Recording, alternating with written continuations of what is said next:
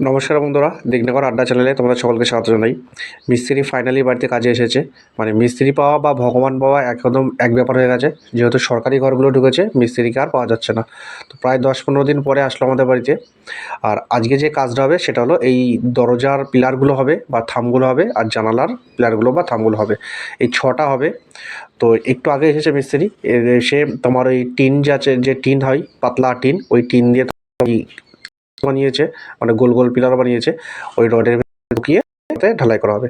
আর এই গেটে দুটো বানানো হচ্ছে, জানলা 4টে বানানো হয়ে গেছে। আচ্ছা, এই টিনগুলো বলি, এই টিনগুলো হলো তোমার 16 গেজের টিন আছে। মানে আমি দোকানে গিয়ে বলেছিলাম সব থেকে পাতলা যে টিন হয় সেই টিন দিতে, কারণ এটা হয়ে যাওয়ার পর তো আর সামনেটা কাজে লাগাতে পারবো না। আর এইটা যেটা দেখতে পাচ্ছ, এইরকম ডিজাইনটা করবার আমার ইচ্ছে আছে। ঠিক আছে, এই যে ডিজাইনটা, এটা আমি একটা ফোন থেকেই পেয়েছিলাম। দেখতে পাচ্ছ ওখানে একটা কাইন্ড মাস্টারের একটা লোগো দেখা যাচ্ছে। এটা আমি ফোন থেকে দেখেছিলাম, তো আমি স্ক্রিনশট নিয়ে রেখেছিলাম, তো এটা বার করে নিয়ে এসেছি কম্পিউটার থেকে। এই ডিজাইনটা করবার ইচ্ছা আছে, দেখা যাক মিস্ত্রি কতদূর কী করতে পারে, কোনটা করলে কি সুবিধা হয় না করতে হয়। আর জানালাটা গেটের সাথেও করে দিতে পারে, বা যেমনটা দেখতে পাচ্ছ ওরকমও হতে পারে। ঠিক আছে, এইটা করবার ইচ্ছা আছে। তো এবার ব্যাপার হলো যে টিনটার কথা বলছিলাম, টিনটা আমি সব থেকে পাতলা নিয়েছি, যেটা ব্যবহার করার পর তো পরেই থাকবে, ছাদের সময় একটুখানি ব্যবহার হবে। তো ওই টিনটা আমার পড়েছে মনে হয় 16 গেজের টিন ওটা। আর ওটার দাম পড়েছে আমার 260 টাকা করে পার পিস।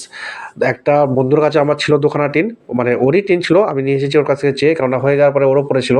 আর আমি নিজে কিনেছি দুটো, দিয়ে দুটো 4টে টিন দিয়ে কাজটা হয়েছে আমার টোটাল।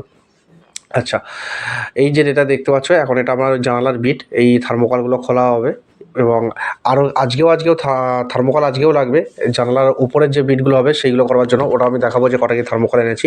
তো আপাতত এখানে যেটা দেখতে পাচ্ছ সেটা হলো তোমার এই থামগুলো তৈরি হবে, টেমপ্লেটগুলো তৈরি করা হয়ে গেছে। আর জানালার যে থামগুলো তৈরি হয়েছে বা পিলারগুলো তৈরি হয়েছে, ওটা হচ্ছে 3 ইঞ্চি। আর গেটের সামনে যে দুটো, ওই দুটো হয়েছে 6 ইঞ্চি। আচ্ছা, এটা এখন দেখতে পাচ্ছ হাতুড়ির ওপরে একটা 6 রড রেখে আর একটা হাতুড়ি দিয়ে মেরে মেরে ভাঙা হচ্ছে। কেন? তার কারণ ওই ওরা বলেছিল যে তোমার রিং দেবো না। ঠিক আছে, রিং না দিয়েই করবো বলেছিল। কিন্তু কথা হয়েছে কি, আমি বলেছি না, রিং ছাড়া তোমার হবে না, তোমার ওই থামগুলো গাঁথা হবে না, কলমগুলো গাঁথা হবে না রিং ছাড়া।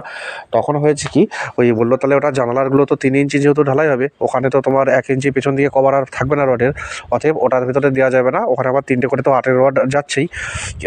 কিন্তু যেটা 6 ইঞ্চি যে পিলারগুলো হবে সামনে, যেটা তোমার গেটের এটা এসে রেস্ট করবে, ওইটার উপরে আমি বলেছি তাহলে ওটার ভিতরে তোমাকে রিং দিতেই হবে। তো ওরা হ্যাসকো ব্লেডও আনেনি, কিন্তু আমি বলেছি যাই হোক, হ্যাসকো থাক বা না থাক, তোমাকে রিং দিতেই হবে। তখন ওরকমভাবে 6 রডগুলো কেটে ওই 3 কোণা করে সিঙ্গারার মতো করে বা নিমকির মতো করে রড বেঁধে ওটার সাথে করা হয়েছে। সেটাও আমি দেখাবো। এবার ব্যাপার হলো, তোমরাও অবশ্যই তাই করবে। মিস্ত্রি যন্ত্রপাতি না আনলেও তোমরা কিন্তু সেই জায়গাতে ও ঠিক আছে করে দাও বললে করলে হবে না। ঠিক আছে, যেহেতু এটা বড় আছে, ঢালাইটা 6 ইঞ্চি আছে, তার জন্য ওটা রিল্যাক্সে দেওয়া যাবে। 3 ইঞ্চির ভিতরে না দাও, 6 ইঞ্চির ভিতরে দেবে। আচ্ছা, এই যে এইরকম ধরনের রিং তৈরি হয়েছে, এবং সেটা এই যে এই পিলার ভিতরে 6 ইঞ্চি করা হয়েছে টিন দিয়ে। তো তার ভিতরে রিংগুলো দেওয়া হবে। দেওয়া হয়ে যাওয়ার পরে তোমার কাজটা হবে। আচ্ছা, এইখানে যেটা এখন হচ্ছে সেটা হলো সিমেন্ট বালি মাখানো হচ্ছে। অবশ্যই বালি চালতে হবে। আর এটা তোমার ওই ঢালাইয়ের অনুপাতে, যেমন আমি যেটা করি ঢালাই সবসময়, ওই মোটামুটি 1 বস্তা সিমেন্ট দিলে 3 বস্তা বালি, 4 বস্তা পাথর দিই। কিন্তু এটাতে পাথরের পরিমাণ অতটা আমি দিতে পারিনি, যেটা সত্যি কথা সেটা বলে দিই। তার কারণ এখানে সমান সমান পাথর, সমান সমান বালি পড়েছে। কারণ মিস্ত্রি বললো ভাইব্রেটার মেশিন নেই, অতএব ভাইব্রেটার মেশিন দিয়ে এটা ভাইব্রেটার করা যাবে না। ওই ছোট্ট একটুখানি ফাঁকা, এবার যদি আমি বেশি পাথর দিই, এটা সম্পূর্ণ জালি হয়ে যাবে, সম্পূর্ণ পাথর পাথর বেরিয়ে যাবে। তো ঠিক আছে, আমি সে কথা শুনে মোটামুটি ওর সমান সমান পাথর, সমান সমান বালি দিয়েছে। কিন্তু তোমার এর ভিতরে সিমেন্টের পরিমাণটা আমি একটু বেশি দিয়েছি। আচ্ছা, এই হলো একটা ব্যাপার। আর ওই ঢালাইয়ের যে কেমিক্যালটা দিতে হয় সেটা তো দিয়েছি।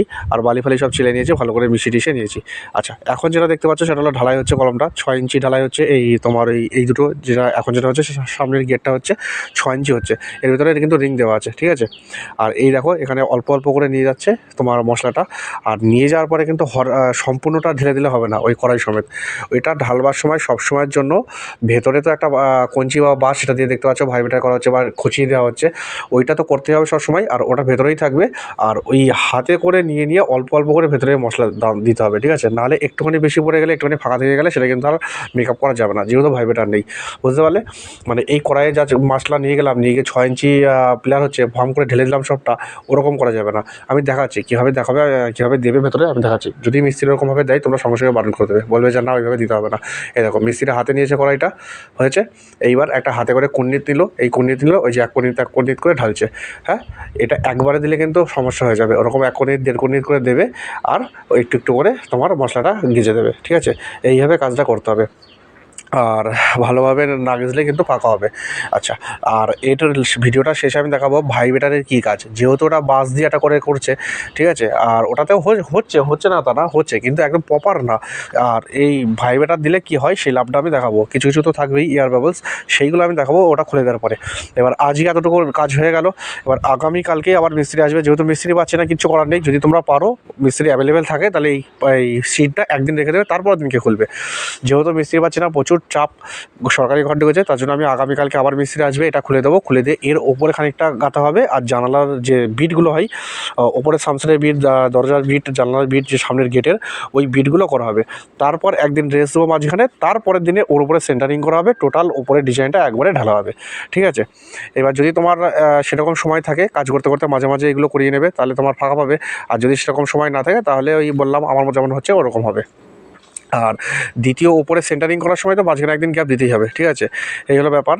আর ওই এর সাথে কিছু জিনিস আমার লেগেছে, সেটা হলো তোমার ওই বললাম দুখানা কিনেছি, ওখানে লেগেছে আমার 260 টাকা করে, 520 টাকা লেগেছে।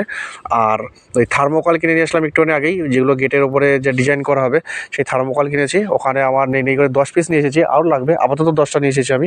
ওখানে তোমার 29 টাকা করে, প্রায় 290 টাকা পড়েছে থার্মোকল। আর পেরেক তো রয়েছেই, রয়েছে। আর এখন দেখতে পাচ্ছ এটা হয়ে যাওয়ার পরে চারিদিকে কাঁচার দড়ি দিয়ে টানা বাঁধা আছে, যেমন একটা পোল টোল করলে আমরা যেমন টানা বেঁধে থাকি যাতে না নড়ানো হয়, এই জন্য ভালো করে টানা বাঁধা আছে। এটা তোমরা লক্ষ্য করবে যে যাতে বেঁধে দিয়ে যায়, হাতে ধাক্কা না লেগে না খুলে যায়। এই যে এটা দেখতে পাচ্ছ, আজকে সকালবেলায় মিস্ত্রি কাজে এসেছে, খুলেছে। আর এই যে সামান্য যে এয়ার বাবলসগুলো দেখতে পাচ্ছ, যেগুলো ভাইব্রেটার মেশিন থাকলে একদম এগুলো সব উঠে বেরিয়ে আসছে উপরের দিকে, কিন্তু সেটা হয়নি। ওই পিলারেও দেখতে পারবে, এই পিলারেও দেখতে পারবে, কম বেশি ছোটো খুদে হাওয়ার দানাগুলো দেখতে পাবে তুমি। এটা ভাইব্রেটার হলে খুব ভালো হয়, যেহেতু এই জায়গাটায় ভাইব্রেটার করা গেল না, তার জন্য আর এটা হয়নি। এসব অসুবিধা নেই, এটা প্লাস্টারের সময় বা তোমার সময় এটা মেকআপ হয়ে যাবে। কিন্তু তাও ভাইব্রেটার হলে জিনিসটা কী হয়, এই জিনিসগুলো থাকে না, এটাই হলো ভাইব্রেটারের কার্যকারিতা। এই হলো ব্যাপার। ছাদের সময় তো অবশ্যই ভাইব্রেটার হবে, আর এই জিনিসগুলো ভাইব্রেটার না থাকলে এইগুলো সমস্যা হয়, সেটা আমি দেখালাম যে কী কী থাকে, ভাইব্রেটার না হলে কী হয় সেটা দেখালাম। আচ্ছা, এইবার ব্যাপার হলো তোমার মিস্ত্রি আসে, কাজ এসেছে, এই সকালবেলায় এসেছে, ওইখানে মশলা মাখানো হচ্ছে, এইখানে আরেকটা মিস্ত্রি আছে, এই যে ফাটাগুলো সব রেডি হচ্ছে, এই হলো ব্যাপার। আর আগামীকালকে যেটা হবে সেটা, আগামীকালকে তো ছুটি থাকবে, বললাম যে আগামীকালকে একদিন মাঝখানে রেস্ট দেবো, তারপরের দিনকে পাটা হয়ে তোমার গেটের একদম সম্পূর্ণ ঢালাইটা হবে। আবার সেই ঢালাইটা এক দুদিন রেস্ট দিয়ে তার উপরে গাঁথি হয়ে ডিজাইনগুলো করা হবে। এই যে আমি থার্মোকল বলছিলাম যে কিনে এনেছি, এইখানে আছে তোমার 3টে, আর ওইখানে আছে 7টা, টোটাল 10টা থার্মোকল। আচ্ছা, আর গেটের এই জায়গাটা যেখানে লিন্টেন দেখতে পাচ্ছ, এই জায়গাটা আমি রাউন্ড করব, যেটা আমার ড্রয়িংয়েও ছিল রাউন্ড করব। এইখানে না, এটা তো কাঁচা পিলার, এটা আস্তে আস্তে শক্ত হবে। এই যে গেটের এইখানটা, মেন গেটটা, এটা আমি রাউন্ড গেট করব। এবার এইখানটাতে হয়েছে কি, ওই মিস্ত্রি তোমার ডাইরেক্ট টানা লিন্টেন দিয়ে দিয়েছে। এখন সমস্যা হয়েছে সেটা হলো ওই জায়গাটাতে তোমার আর রাউন্ড আনা যাচ্ছে না, যেহেতু লিন্টেনটা হয়ে গেছে। এখন কি করা যাবে, এখন একটা উপায় আছে, সেটা হলো তোমার ওই দেওয়ালের এই কোণাটা একদম প্রপার, যে রাউন্ডটা আছে আমার ড্রয়িংয়ে সেই রাউন্ডটা অতটা হবে না, কিন্তু ওই কোণাটা যেটা আছে সেই কোণায় খানিকটা ড্রিল করে 2-4টে করে রড গুঁজে দেবো, আর উপর সাইডে লিন্টেনের ওখানে ড্রিল করে খানিকটা রড গুঁজে দেবো, গুঁজিয়ে দিয়ে ওই কোণাটা ঢালাই করে হালকা রাউন্ড শেপে নিয়ে চলে আসবো, তাহলে মোটামুটি জায়গাটা ঠিক হবে। সবসময় টানা লিন্টেনই সবসময় ভালো হয়, বাঁকানোর থেকে বেশি শক্ত হয়। এবার সেই জায়গায় দাঁড়িয়ে এখন হয়ে গেছে, এখন তো আর কিছু করা যাবে না। এবার আমারও ইচ্ছা ওটা আমি রাউন্ড করে করবো, তাতে করে ওই খানিকটা কোণা দুটো একটুখানি মুড়ে দিয়ে যতটা রাউন্ড আনা যায় ততটা রাউন্ড আনবো। এই হলো ব্যাপার। আর এইরকম একটা ড্রয়িং সবসময় তোমরা করবে, প্রিন্ট করে মিস্ত্রির হাতে দিয়ে দেবে, যাতে কোনো সমস্যা না হয়। আর যখনই দেখবা তোমার মাজা হাইট গাঁথনি হয়ে গেছে, তখনই মিস্ত্রিকে বলে দেবা যে কোন দরজাগুলো রাউন্ড হবে। আমি মিস্ত্রিকে বলেছিলাম যে আমার শুধুমাত্র একটা দরজায় রাউন্ড হবে, বাকি সব প্লেনই হবে। তো মিস্ত্রি ভুলে গেছে সেটা, তো তাতে করে এখন হবে কি, ওই সাইডটা করে হালকা করে রড ড্রিল করে কোনা দুটো মারতে হবে, আর বাকিটা প্লাস্টার করে খানিকটা রাউন্ড আনতে হবে। এই হলো ব্যাপার। আর ভিডিও মনে করি ছোটো করবো, কিন্তু সেই গিয়ে বড়ই হয়ে যায়।